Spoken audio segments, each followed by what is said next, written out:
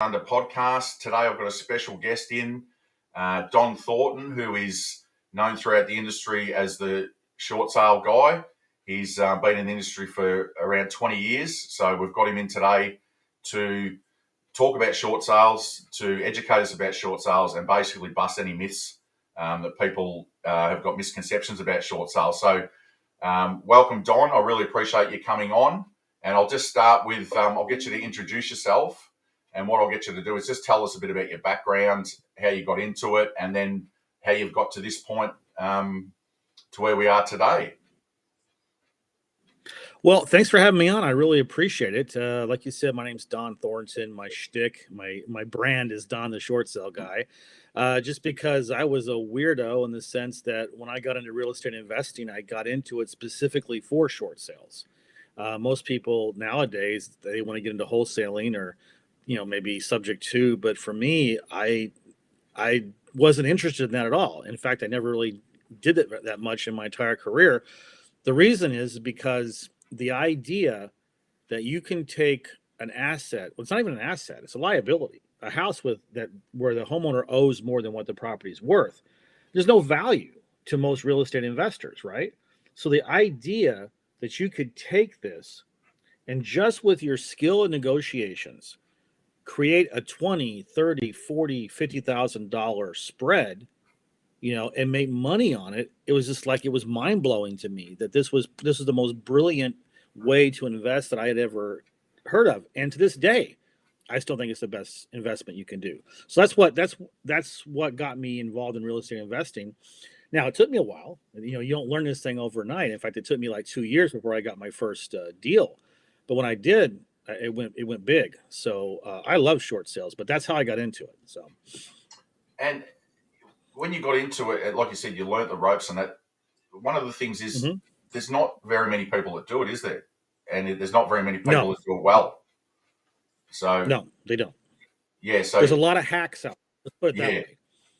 Yeah, so it's a bit of a niche market, and that's what I find. I interview a lot of people on the podcast that have actually carved out a niche market and actually become an expert in that niche market. And that's what you've done and been able to do for 20 years. Now, the big question is, Dohn, is for the layman's like myself, everyone sort of, has heard about a short sale. They believe they sort of understand it. But can you go through sort of the in a nutshell, from start to finish, of how a short sale actually looks, from when you get it to when you finish up? Absolutely. Well, the first thing people understand, sometimes people think that a short sale means a foreclosure, and actually it doesn't. In fact, we have done short sales on properties that are not in foreclosure. All that matters is that the homeowner owes more than what the property is worth, and that a short sale negotiation has to be done with the bank to allow the property to be sold at the as-is price, and any mortgage amount that is unpaid at closing will be written off and forgiven by the bank. So that is the only thing about a short sale that really matters. Whether the homeowner is distressed or not is immaterial. It has to be upside down. That's what people need to understand, because they think, oh, well, it's not in foreclosure. Doesn't matter. Okay. But the bank has, it's their game, their rules. And over the last 20 years, I've seen them make it much more complicated than it used to be. When I got started, my gosh, I was a one-man show and I did everything. Of course, I was working 16 hours a day, but I acquired the properties. I negotiated them myself. I mean, I did have a real estate agent, because you have to have an agent listing the property. But for the most part, I just did everything myself, and it was great. Nowadays, I have a team, because you can't do it on your own anymore like you used to. But fundamentally speaking, a short sale is where the bank and the buyer negotiate to see what the as-is value is. Now, their agenda is to get it as high as possible, because they want to limit their loss, because they're going to be writing off tens and thousands of dollars worth of money they lent to this homeowner. My agenda as a buyer is I want to get it as low as possible. I want to create equity, because that's my profit. So, they tend to want to come in high. I want to come in low, but I also understand that these banks aren't stupid, and they're not going to just give away the store, that they used to, but not anymore. So nowadays you have to be very smart, but it's all about that one key component is what is the as is value according to the bank.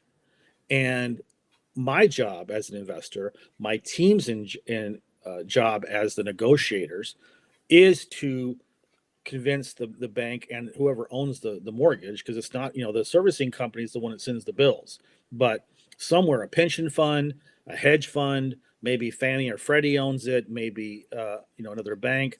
It doesn't matter. Whoever owns it's the one that signs off on it. But that negotiator who works for the servicing company, that's the one you got to get on your side. And we've done very well at that. But everything else, I mean, I try to tell people, a monkey could do the actual short sale process in and of itself. I mean, it's very simple. You list a property with a real estate agent. A real estate agent finds a buyer. They take a contract with the buyer. The contract acceptance triggers the bank to do an appraisal of the property. They will come back and say, we determined this is the amount of money that we want to settle. This is the price. And then whatever you do, at some point, the bank is going to say, this is our number. And then if the buyer agrees, that's fine. They submit for approval. The bank issues a short sale approval letter that contains the terms for the homeowner, who the buyer is, how long until it has to close, with whether there's going to be any mortgage amount paid off or not, a deficiency judgment, is there any tax implication. That's all done in the approval letter, and then within 30 days you close. It's just a transaction like that. That is what a short sale process is. Anybody can do that, really, if you think about it. But the issue is the value, and that's, to use a cliche, that's where you separate the men from the boys when it comes to if you can do a short sale or not. What usually happens, and this is why so many real estate agents hate them, and investors run away, in fright because they don't want to be involved with them. The problem is that when the bank comes back high, and they always come back high on their first appraisal, they don't know how to do a value dispute. They don't know how to get them off that number and down. And so realtors, they get that initial high offer, and they throw it out there at the bank's price, and it sits and it sits and it sits, and they get a contract in for $20,000, and they don't back it up. And it sits and it sits, and then it goes to foreclosure auction. They've had it listed for 9 months. They've dealt with the homeowner and trying to get their financials. They dealt with buyers, agents, and so forth. They say, I don't want to do this anymore. Short sales are terrible. I don't want to work, because they don't know how to do them. That's the problem. And so we figured it out. And listen, I would say in the last 3 we've had to change our MO three or four times because changed something we had on it. And that's what we do. And so to do them, you'd have to be a good negotiator, and you've got to understand the whole negotiating process. That would be important. It's not, like you say, for the faint-hearted. You've got to actually be a good negotiator, and you've got to have a bit of tenacity.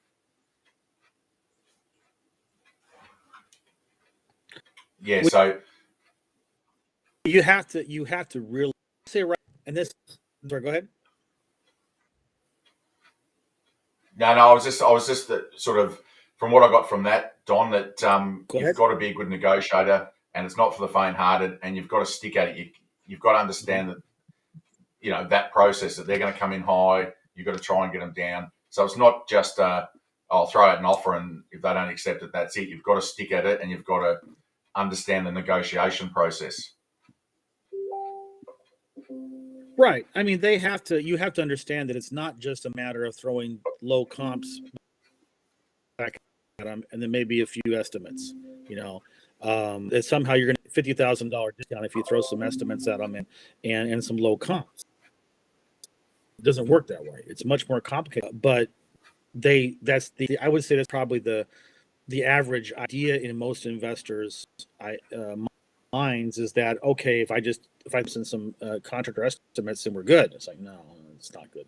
That was good 18 years ago, 15 years ago. Yeah, you could do that. It's not like that.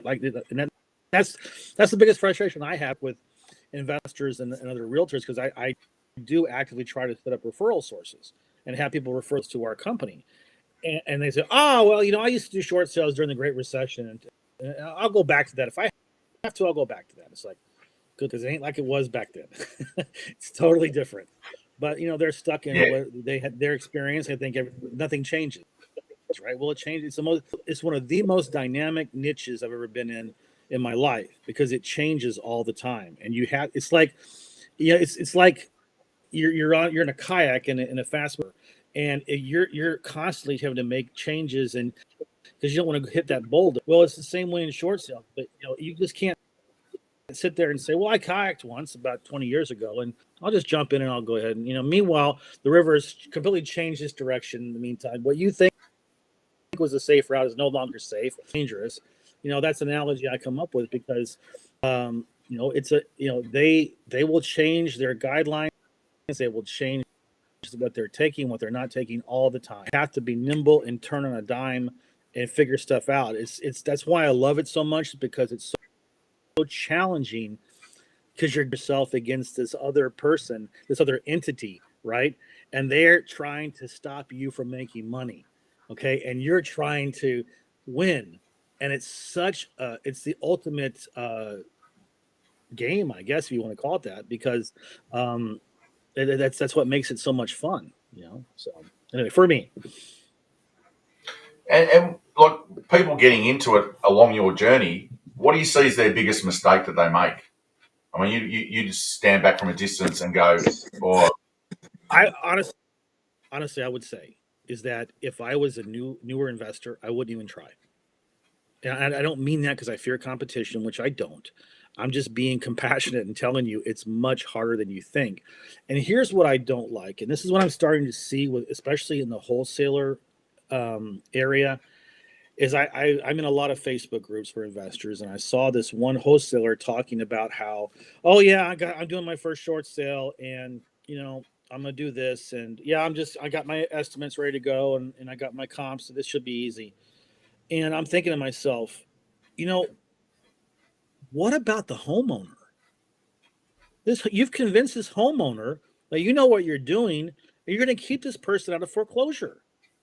If you fail, you are condemning that homeowner to 7 years minimum of not being able to qualify for a conventional mortgage. And it's a horrible damage to your credit to have a foreclosure auction on your record. But they're treating it like they treat like a whole like even with the wholesale game where you convince a homeowner to take a contract at X amount of money, and you want to come in you want to find a buyer that at a higher amount. Well, I have issues with that business model anyway, because I don't think you're not fully disclosing what you're doing, number one. But let's just put that aside for right now. It's even more serious in a foreclosure situation, because you get one shot usually at a short sale. And if you're just playing around and you don't know what you're doing, I mean, literally, they could sue you. The the homeowner could sue you. So you better be careful, about trying to all of a sudden say, I'm going to try short sales now. You're playing with people's lives. So I would say you're much smarter to do a joint venture with someone like myself, my company that knows how to do them. And that way you don't have to sit there and you could possibly ruin people's financial lives because you're trying to learn on the fly. yeah." Well, that's what I was going to ask you, because my Facebook groups, about networking, about collaborating, and about JVing. So with something that is as complex as this, as in you need to have experience. Like you said, it's very serious. I was going to ask you, do you coach people on this? Do you JV with people on this? Do you have a system in place that people can Yes. bring short sales Yes. to you? I mean, what's the setup there? Yes. I would say that the biggest difference that differentiates me from the few people in the industry that do short sales is you're never going to see me trying to sell a course. Okay. Because I think it's somewhat borderline dishonest to try to sell a course, because that course is not going to no matter. I'll be honest with you. I did a course. I put a course together a couple years ago when the pandemic hit and they shut the foreclosures down, and I was like, okay, now what do I do? Maybe I'll do a course or whatever. And I wrote it. It's a big, long, honking course, videos, the whole 9 yards. And it's like, you know what? I don't feel comfortable selling this because it's not. It doesn't. If I sell this to you, you're not going to go out there and be successful at it because there's just so many nuances to it that I can't teach that. Okay. But there are people out there that will charge you $7,500 or $10,000 or whatever. They're going to charge you for a short sale course, and it will give you what I just described earlier, the monkey part of it, the monkey thing, where you can just shuffle paper from here to here. But it's not going to teach you how to get deep discounts that you need to be as an investor to make money, to be able to flip or be able to turn. So I felt like that wasn't something that I wanted to do. So my direction is different. I say, look, I don't want to teach you anything. I'm not going to teach you anything. I also don't charge you for anything, but you can come on my team and you can get access to all of my training and most importantly, get access to me. You get access to, I do two Zoom trainings a week, and we talk about this, and we talk about scripts, and we talk about how to deal with homeowners and so forth. I believe that the best business model out there is to lift people up, help them become better investors, help them find distressed sellers, how to be able to talk to them, how to get them to say yes, and then bring them to me for my short sale team, and we will go ahead and we'll do what we do best, our highest and best use, and then we sign a joint venture agreement, and then we divvy up at closing. That's the best model, I believe. And for wholesalers, it's perfect because, or any other investors for that matter, subject to investors, you're cutting yourself off from a huge income stream by ignoring the upside down homeowners. So now when you come upon those, you have a second income stream. You have a way to monetize that where you don't right now. And instead of trying to sit there and break your head trying to figure out how to do short sales and jeopardize what happens to the homeowner, like I said, it's just simple. Now you bring them to us, and we'll do that, and we'll joint venture, and we'll teach you how to brand yourself as a short sale expert online, and that way you can become a magnet for referrals and just move them over to us, and then we can do it, and that way you're basically creating even a third income stream now that way. So that's what I would do. That's what I'm offering. And from a service point of view too, like if you're going out there and you're trying to be a career investor, you've got different strategies. You've got wholesaling, subject to creative finance and all that. Like you said, if you're coming from the approach that you're trying to solve people's problems, you're trying to help them out of a situation. The missing pieces are probably having a realtor that you can refer to, and probably a short sales, because like you said, most people would get on PropStream and look at the equity. What equity have we got? Oh, it's got a minus, and they just freak out and run away from it. So what you're saying is bring it across to me, make someone that does short sales a part of your team, so that you've got an extra. Yes. You've got sort of 6 gears here. You can change gears depending on what the property's telling you that it needs. And it's pretty obvious that if it's got the zero, it's got the minus and it's underwater, that you need someone like yourself that's a short sale specialist. And like you said, it opens a whole dimension, doesn't it? It means that you can offer people when you're talking to them another outlet rather than just saying, "Oh no, can't help you, see ya," and it just adds to your credibility. So that's a really good point. Like you said, to me, it just sounds very complex that if you're going to start from scratch now, it's going to take you a lot of years of trial and error, and then the biggest loser would be the homeowner that goes into foreclosure and you let them down, and that's not a good business model, is it? It's not a good business model to make commitments to people. You better have concrete disclosures and legal documents to protect yourself. Even then they might help you in case that homeowner wants to sue. So you got to be really careful about that. And another thing, Don, this is your business. You've been doing it for years, but you've got a YouTube channel. I'll actually pop it up on the screen. I've got it here on the screen. So you've got a YouTube channel. So you've obviously got a lot of videos and you've got a bit of a library there. Are there other topics in there, like there's short sales? Is there other topics? Because obviously it will lead into other areas as well. My earlier videos are a little bit more what's the word I'm looking for, diverse. But I'll be honest with you, I really believe that short sales are coming back big time in 2022. So I use my YouTube channel not only to you know attract followers right now. I'm looking for to be a resource for, like I said, real estate agents, for other investors, and for homeowners. And so I know that you have social media like Facebook, Instagram, TikTok, Twitter. YouTube is different because it's a search engine. Okay. And so I spent a couple 3 hours a few weeks ago just researching keywords having to do with short sales, and I came up with 336 different keywords on YouTube that are searched for quite often, but have to do with short sale, different topics within the short sale niche. And so I decided, because I want to position myself now as the leading person, I want to dominate those keywords. I'm going to focus the next 6 months on putting a video for every single keyword. So my YouTube strategy right now is much more nichey in the sense that it's just short sales. But my earlier stuff is much, I talk about different strategies and so forth, but because that's the biggest priority right now, is to be ready for the people starting to come and looking for information on short sales, homeowners, and so on and so forth.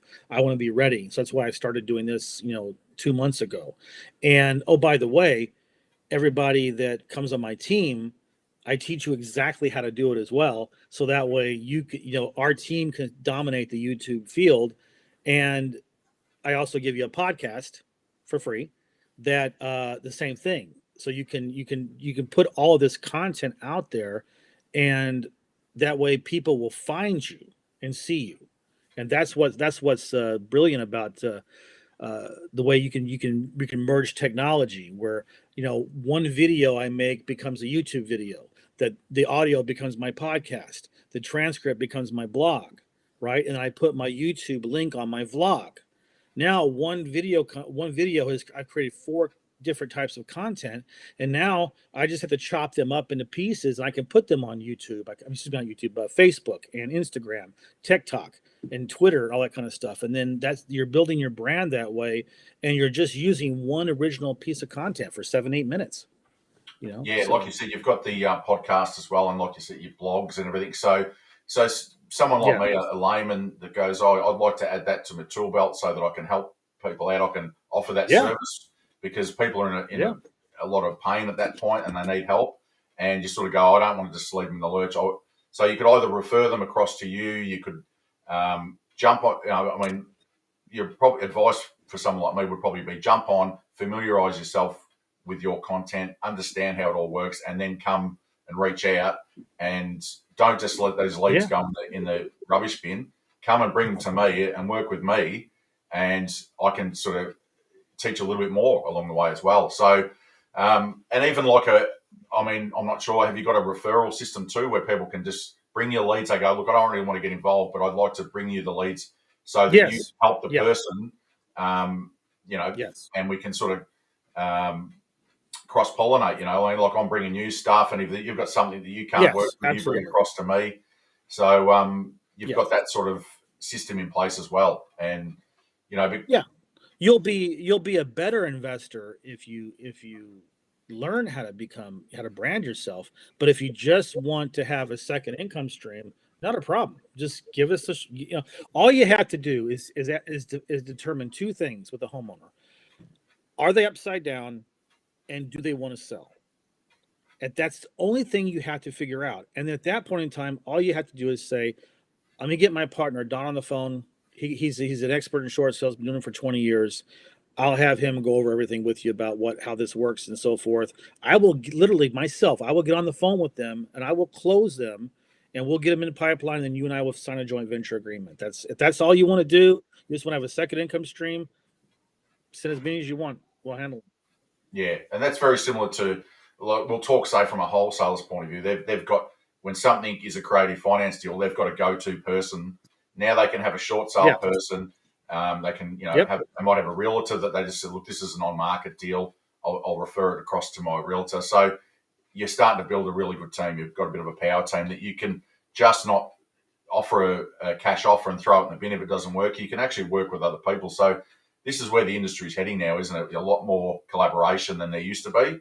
And to have that mindset to be actually out there to help the person that's in the distress, that's the industry you're in, distress sellers. So, yeah, no, it sounds really good. And what's the best way for people to reach you? Is it to go via, is there a best way to connect with you? You know what?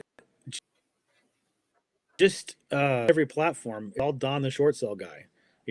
Twitter, Instagram, TikTok, Facebook. Just reach out to me. I'm there. I'm all over the place. And leave me a comment.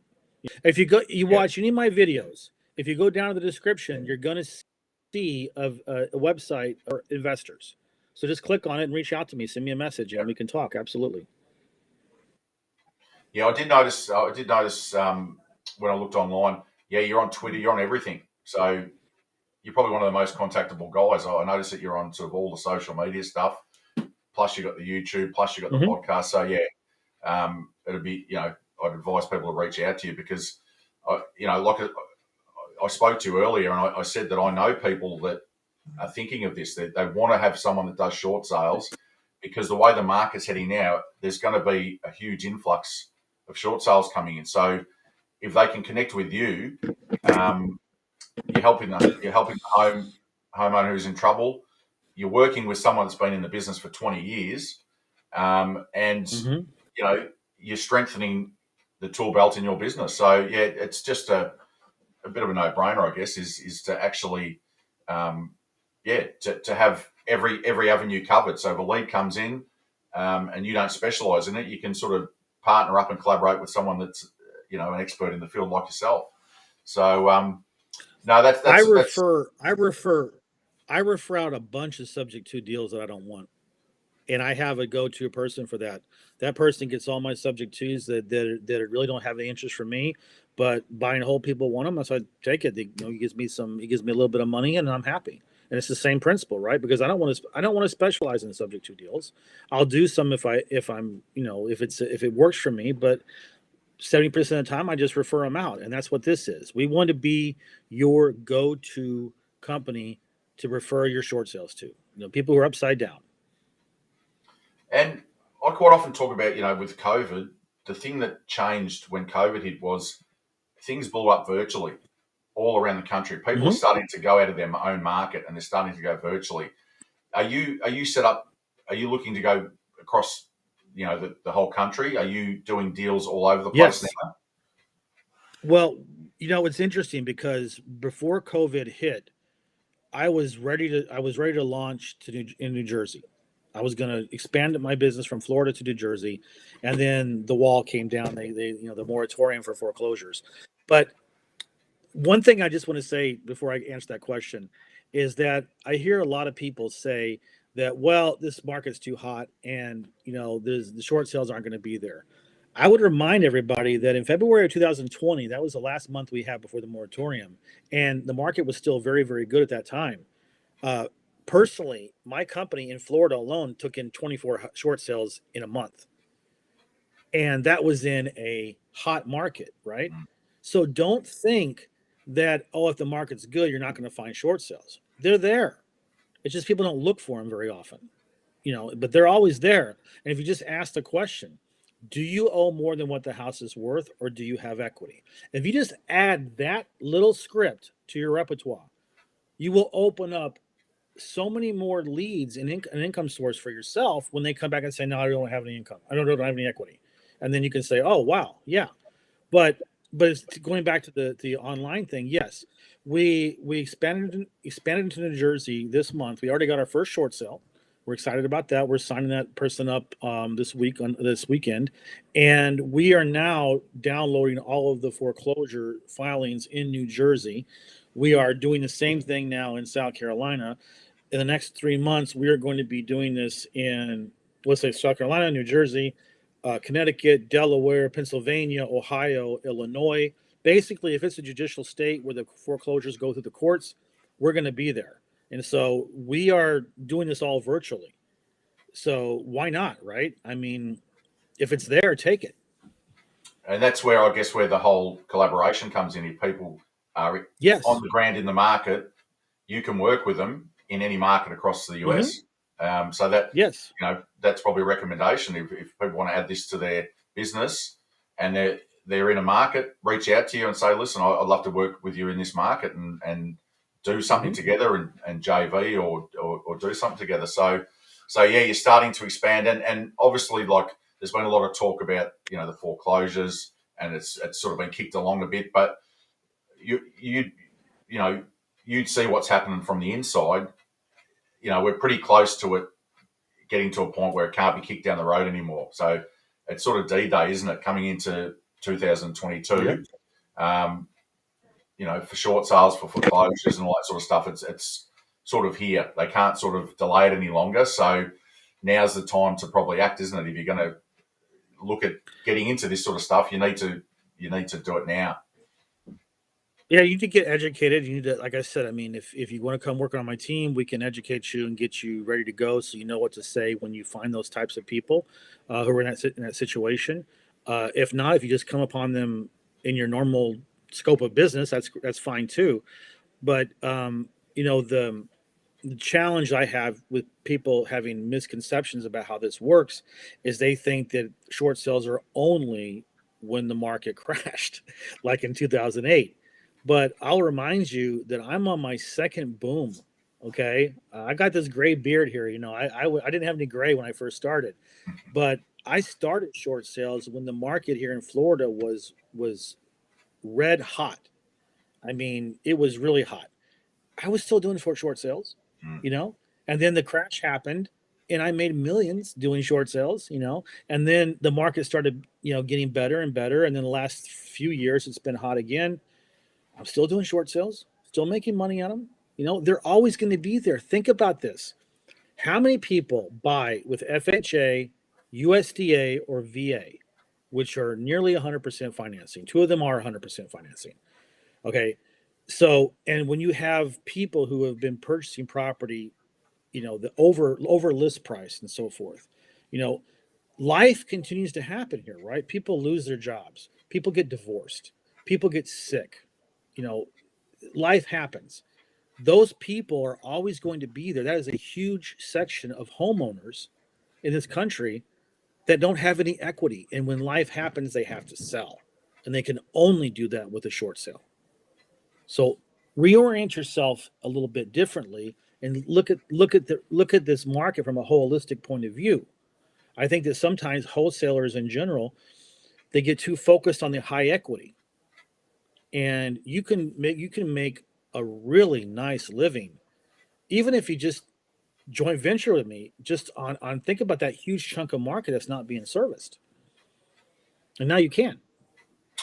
Yeah, you make a great point. Like super hot market, but there's still a demand out there for short sales, even in Mhm. one of the hottest Yep. markets in decades, and also because COVID hit. So there was a lot of people, even though the market's hot, they lost their job. They couldn't work. They couldn't do this. So Yep. then the debt they couldn't pay their mortgages, and so it's a unique situation, isn't it? So like you said, even in a super hot market, life happens to you.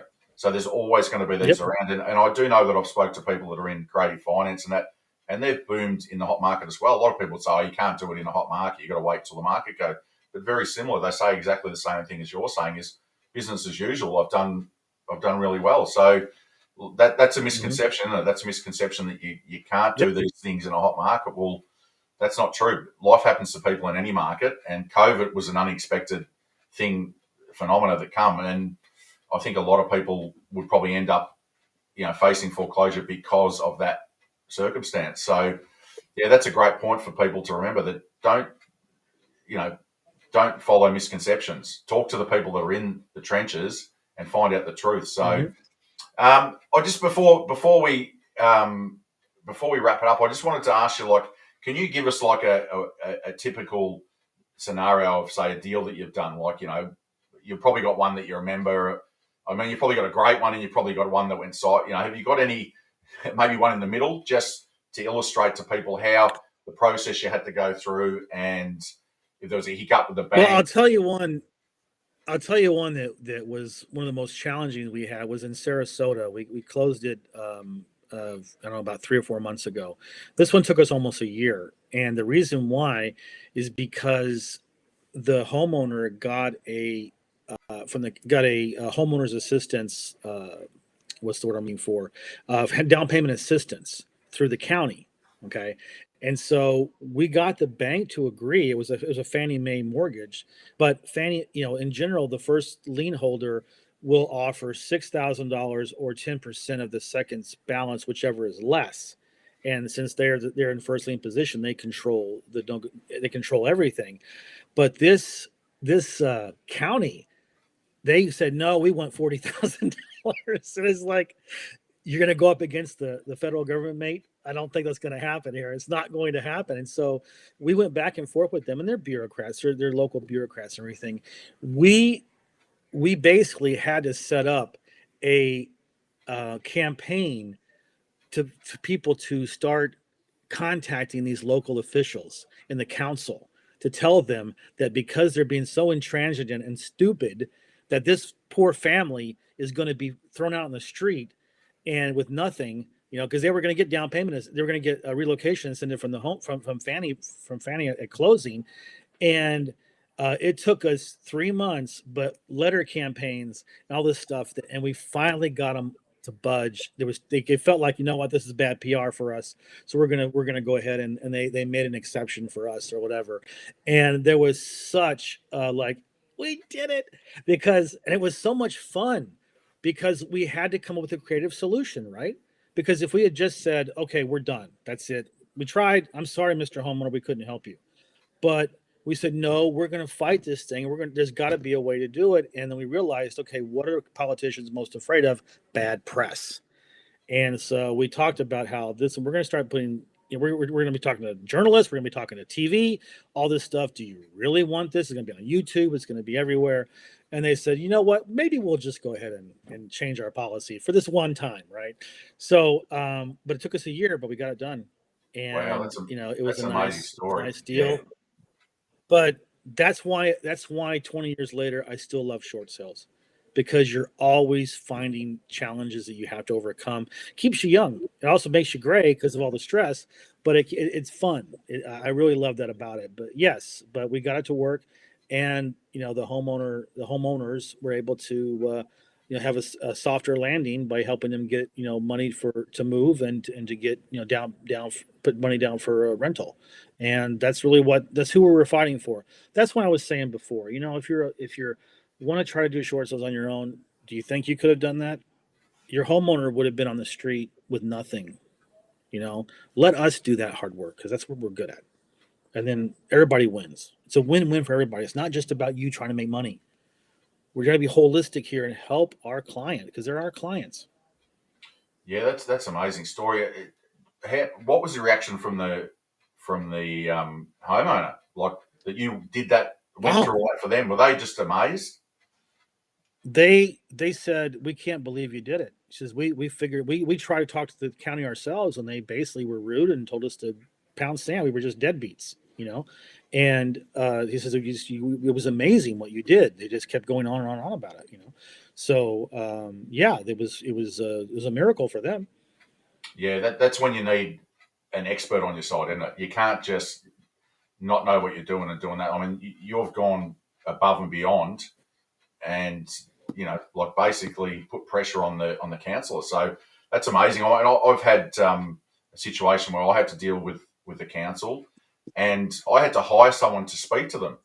I mean, that's how hard it is. So Mhm. you've actually, that would have been, like you said, that would have been like a campaign, wouldn't it? You would have been fighting a campaign against, that's Yeah. next level. Now, obviously, not all of them are like that, but what you're saying No. is, you'll take the easy ones, but you're prepared to do the hard work on the hard ones, because that's your business, is getting people out of these situations, and you're committed to that. So that's a great story. I appreciate you sharing that with us. And as a homeowner, I'd just be, you'd be on my Christmas list for the rest of my life. You'd be getting a Christmas card for the rest of my life for getting me out of that. Right. That's another thing. That video is on my YouTube channel, by the way. Yeah, for Insanity in Sarasota. That's the name of the video in my YouTube awesome. channel. Yeah, well, I'm going to go and check it out, and I advise everyone to go and check that out, because that's one of the. I mean, those stories are fantastic when you hear that in real estate, that somebody goes above and beyond to really serve the client, and that's the human side of it, isn't it? I know a few other people that have got people out of foreclosure and done that, and it's just an amazing story, because like we say, it is good to get the easy ones, but sometimes you got to dig deep, and you've got to go through. Like you said, that took 12 months. That's a big commitment. So, and once again, I mean, it just builds credibility with your business. You're known as the guy that will make it happen, and you won't give up. So that that will build. And like you said, if anyone sees that video, they're going to say, right, if I need something done, I'm going to go and see Don. So that's good advice for people getting into the business, is have that integrity and really work for your clients. Really work hard for them. So no, thanks for sharing. And by the way, just as a postscript, that was a referral from a beginner investor. That was his first deal he ever got done, and he got paid on. And he says, "I can't believe you did it." And that really, now that changed his whole life. Now he believes, and now he's working, and he's got his stuff going, and he's out there hustling, and he says that was a life-changing experience for me. He says, what you did for me it changed my life. Now I know I can do this. So there's that aspect of it as well. Yeah, no, that's amazing. That's good. Yeah. All right. Well, what I'll do is I really appreciate your time. I know you're a busy man. You've got a lot of short sales to get out there and get done. And, I think when I spoke to you a couple of weeks ago, you're on the road. So you work hard. Oh, yeah. It's not all rainbows and unicorns for you. You actually get out there in the trenches and you work hard. So I'll let you go. Yeah. Really appreciate you coming in and just, just dispelling a few myths about short sales and actually pointing out to people, you're available. Make you a part of their business. Make you Don's the go-to guy when it comes to short sales. So utilize him. So, all right, beautiful. I appreciate it, Don, and thank you. I appreciate your time, and keep going out there doing the good work. And I'm going to check that video out. And thanks to having Don on. We've people have been thunderstruck. They've had a few gold nuggets drop there. So I wish you the best heading into 2022. And I'm sure you'll be out there doing good work. So I advise people to, if you're interested in this, reach out to Don, check his content out, educate yourself, and then maybe try and see if you can team up with him in a market somewhere across the US next year. All right. Thank you very much. I look forward to. I'll work with anybody. Just bring it to me, and we can make money. All right, great. No worries. Well, we'll sign off, Don, and we'll say goodbye to everyone. And well done. Appreciate it. Thank you.